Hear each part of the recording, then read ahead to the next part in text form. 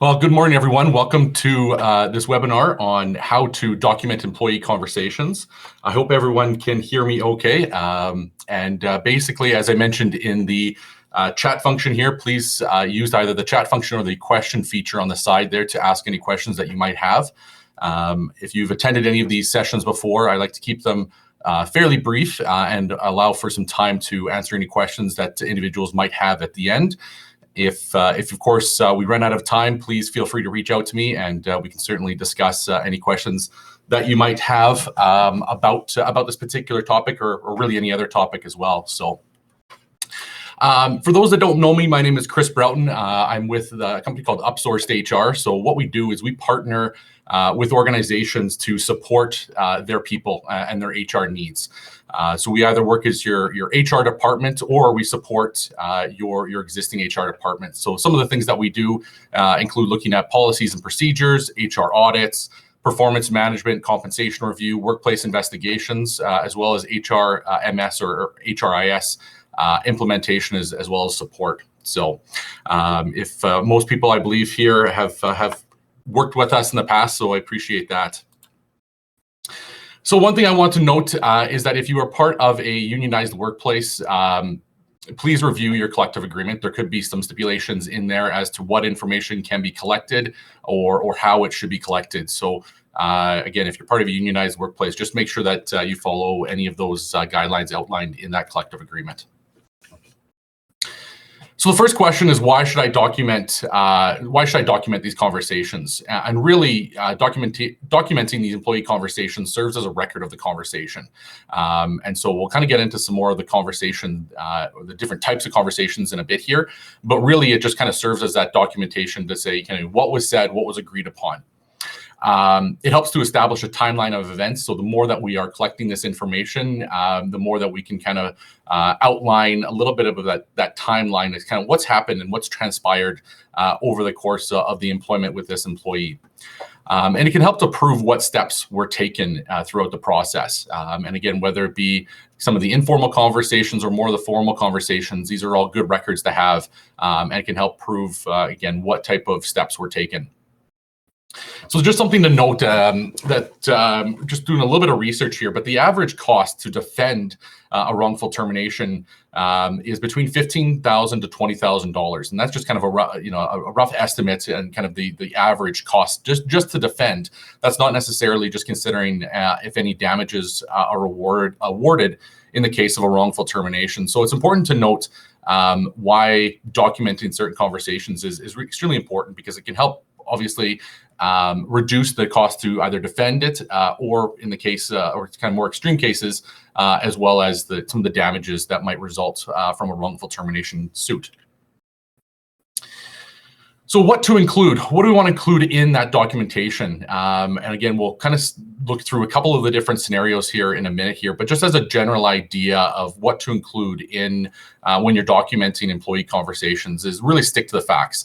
And in this case here, what we want to do is we don't want to have your personal opinion. We want to make sure that these things are observable facts that can be demonstrated in cases where this either proceeds down the wrongful termination suit or kind of proceeds to that disciplinary action.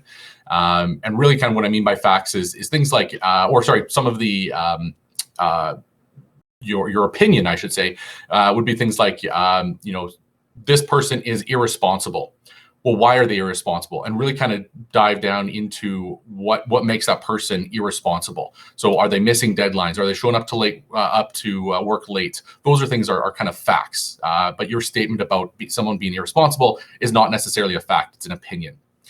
What we want to do is also document any comments or observations that were made during the conversation as well. So a lot of times when I'm sitting down with an employee, whether it be for performance or disciplinary in nature, sometimes comments can be made. In extreme cases, they could be somewhat abusive. In those situations there, we want to make sure that we document that type of behavior as well. And again, in some of those extreme cases, it can be helpful to have someone else present in the room for both safety as well as a witness to the event. We also don't want to contradict any prior documentation. So again, if we have a a performance review that was done last month at the end of the year in December, and then in January we're turning around and we're going to contradict that performance review and either say that the employee is doing great or they need to improve. So we need to make sure that all of our documentation is lining up properly as we continue throughout the process. We need to document what was agreed upon. So both parties will agree that this is kind of the next, this is kind of what was agreed upon as far as the expectations are. And then of course, what we want to do is we want to document what the next steps are, and as well as follow up. So some of the conversations that we can have with some of our employees include some casual conversations, other instructional conversations, coaching and mentorship conversations, performance, and of course, disciplinary as well. So these are just kind of some general guidelines for the following conversations.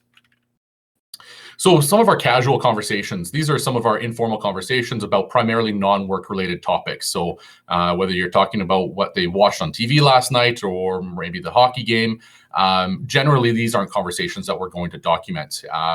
Really, that's not necessary.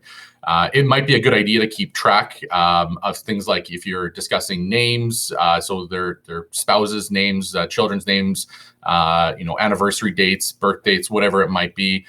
Whether it could be their interest, their favorite hockey team, things like that. I mean, you might want to consider documenting that just for your own personal use. It just kind of serves as a good reminder. Anybody that has worked with some sort of CRM, customer relationship database, is likely familiar with documenting this type of thing. It's also good to document and can help you manage and understand your team a little bit better. So consider maybe adding these to your HRMS system, but really kind of only focus on that relevant information and things like that. So those are, again, the casual conversations.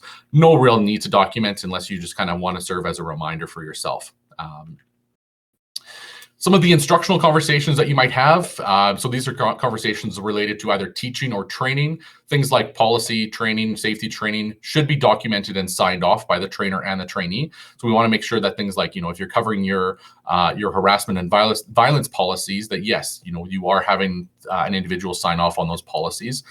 Your code of conduct, if you're looking at hazard assessments, safe work procedures, those type of things, you'll want to make sure that those are signed off on the employee to document that yes, they did review it on this date and that they understand it.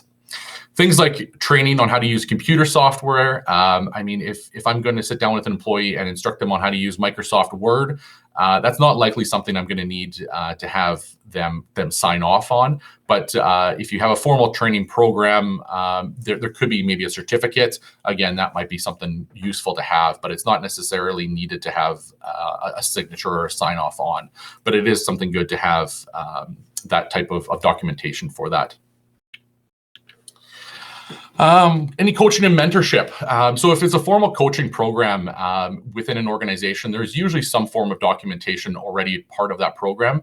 If it's coaching and mentorship between a supervisor, subordinate, again, those are conversations that we would want to document.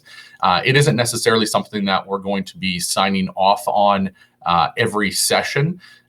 With that coaching or mentorship, but really just kind of sign off when it's relevant. So if you're signing off to say that there's a performance expectation that has been established, then yes, we would want to sign off on that and make sure that the employee, as well as the supervisor, understand that this expectation has been set.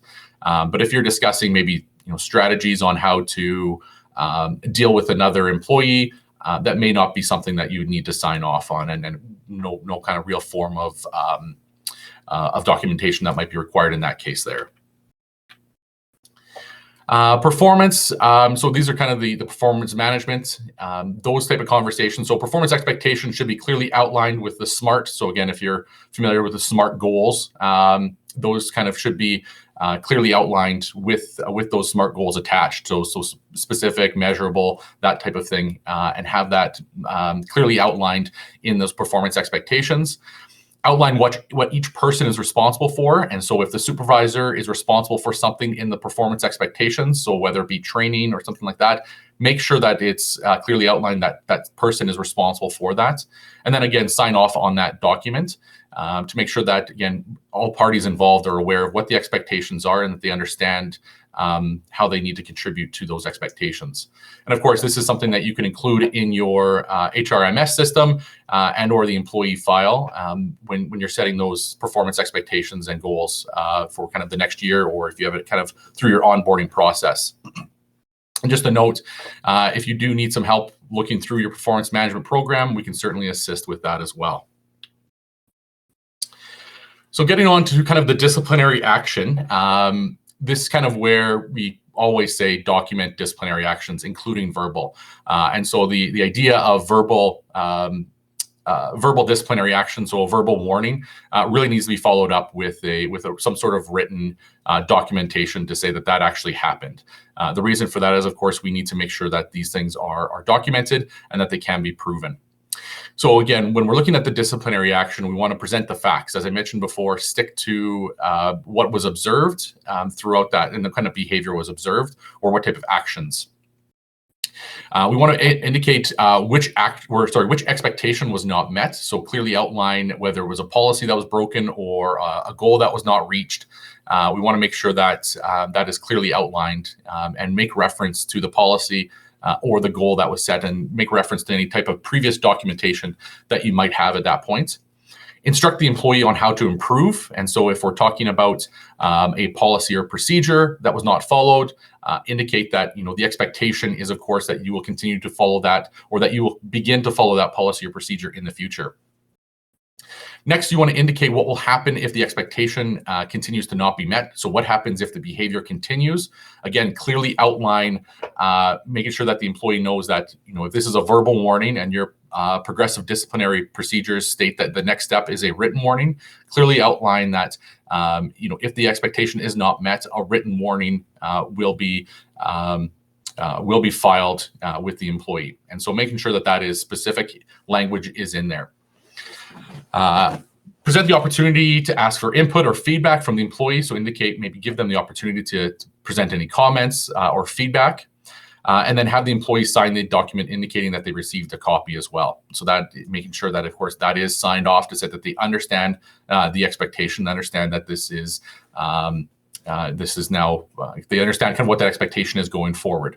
Now, it's important to note that this does not necessarily mean that they agree with the disciplinary action, and that's not what we're suggesting here. It's just that they've received a copy of the disciplinary action and that they understand what is expected of that employee.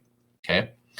It's also helpful to have someone else present and write notes about the conversation. So whether that be kind of an HR representative or another manager within the organization, it's very important to have someone else be part of that conversation, especially when we're discussing disciplinary action. So a question I get asked quite often, and I believe, Ryan just asked the question as well. What is your recommendation if the employee refuses to sign the document?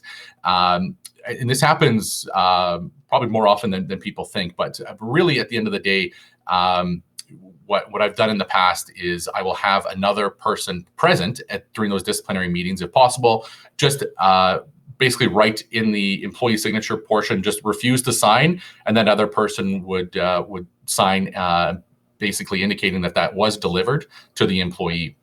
Another option is, of course, you can email a copy of the disciplinary action to the employee as well, so that they have a copy of it, and basically you have an actual email record of it to say that that was actually sent to the employee.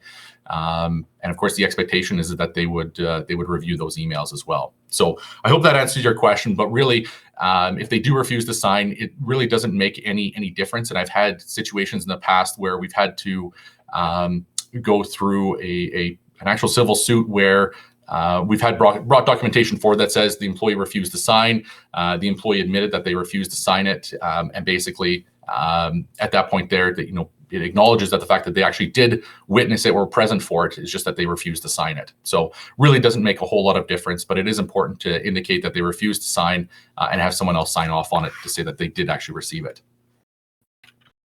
So just a recap. So of the different type of conversations. Casual conversations, documentation, it kind of depends if you want to document, of course, just names and dates and that type of thing. Any signature required? No. Instructional meetings, again, it depends on what type of instructional conversation that is. And again, signature, it really depends on what the training is. Coaching and mentorship documentation, yes. Signatures, really depends. Performance, yes and yes. And disciplinary documentation, yes. And signing, yes, very much so. So some of the options to how to document these things, paper being one of the most common ways, is really easy to get a signature on those documents and actually physically present it to the employee. Another option I mentioned a couple times here is an HRMS, and I'll make a plug for this as well. I'm currently working with several organizations to implement the Zoho People option, a very cost-effective HRMS system that can help track a lot of these type of conversations and interactions with the employees. And of course, as I mentioned earlier, email as well. So you can ask for a reply from an employee to indicate that they actually did receive the email. You can also do some of the read receipts as well. So making sure that the actual employee read the email and actually you get that receipt indicating that there was actually that formal communication through that medium as well. So just wanted to thank everybody for attending today. I know that's a lot of information to digest relatively quickly, but I like to keep these sessions brief and to the point as much as possible. So we welcome your feedback and suggestions for any future topics. Of course, as I mentioned, if you have any questions, please feel free to reach out to me. My direct email is chris@upsourcedhr.com, or of course, feel free to visit our websites and you can contact us through there. Are there any questions? I'll probably stick around here for a few minutes to answer any questions that might come up. So again, thank you for attending.